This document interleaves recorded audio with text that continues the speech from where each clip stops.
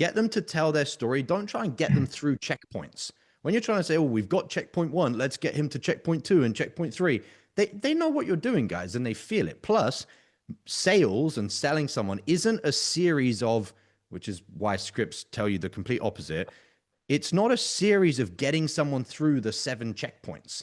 Sales is having a deep conversation. And the biggest issue with the sales scripts is not that the scripts are so bad, because they obviously have decent questions on sometimes. The issue is you then get your head around the wrong philosophy, which is, oh, a sales script means I ask the opening question, I go through that checkpoint. Then I ask about the current situation, I go through that checkpoint. Then I ask about the problem and I go through that checkpoint.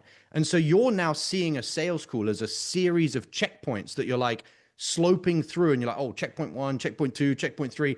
That's not what salespeople, guys. What salespeople is, let me just listen to you.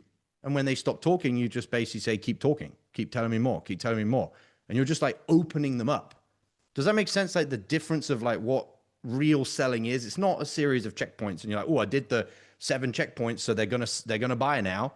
No, you can do all 7 fucking checkpoints, still get an objection, and they don't buy. So it's not about the checkpoints. It's about the deep conversation. Okay. So keep going from there. All right, Ben. So you said this started like 5 years ago. You just starting to pay for things for your friends.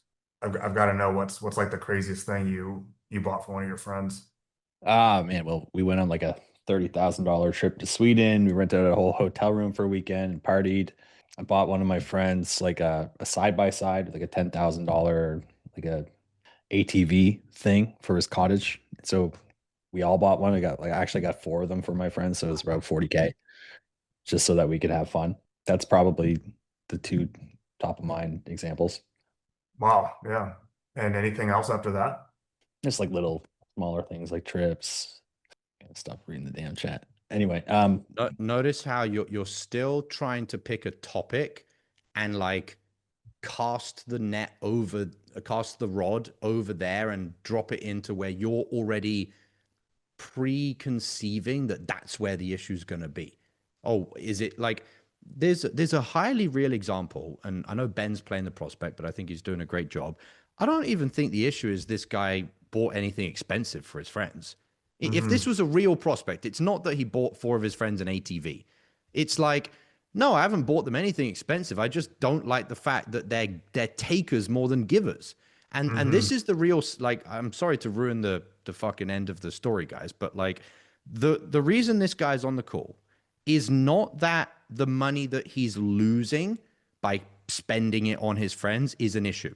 It's the money that he's losing of opportunity cost of, if all of those days when I went boating with my friends over the last 5 years, I'd been hanging out with multimillionaires, how much more fucking money would I be making? How much more fun? How much more growth? How much more excellence?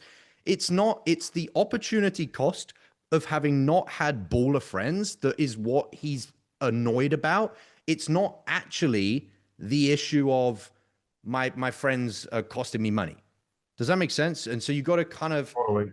see what the real issue is going to be, right? So the best way to do that is when Ben says, "Oh, I'm paying for their Ubers, I'm paying for their meals, it's been like that for a while."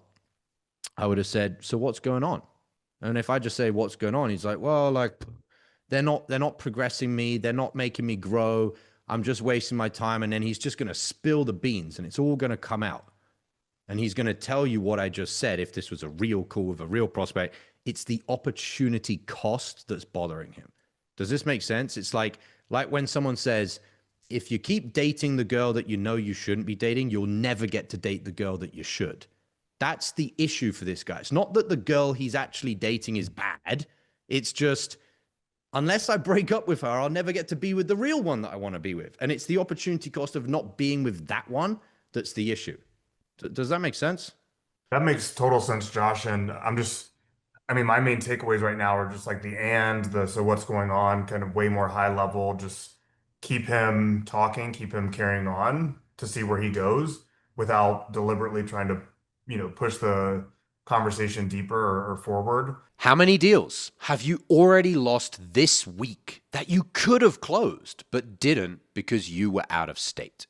I'm not a fan of sales hacks, but if there was one thing you could do before your next sales call to raise your closing percentage, it's using my patented pre-call checklist.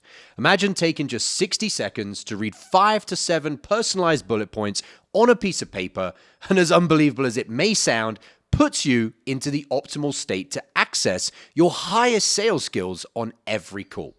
That's the pre-call checklist. I'm going to show you how to create your own. All you need is a piece of paper and to go through the training that I'm going to give you. Thousands of salespeople have used this framework to close more deals, and you can have your own for free.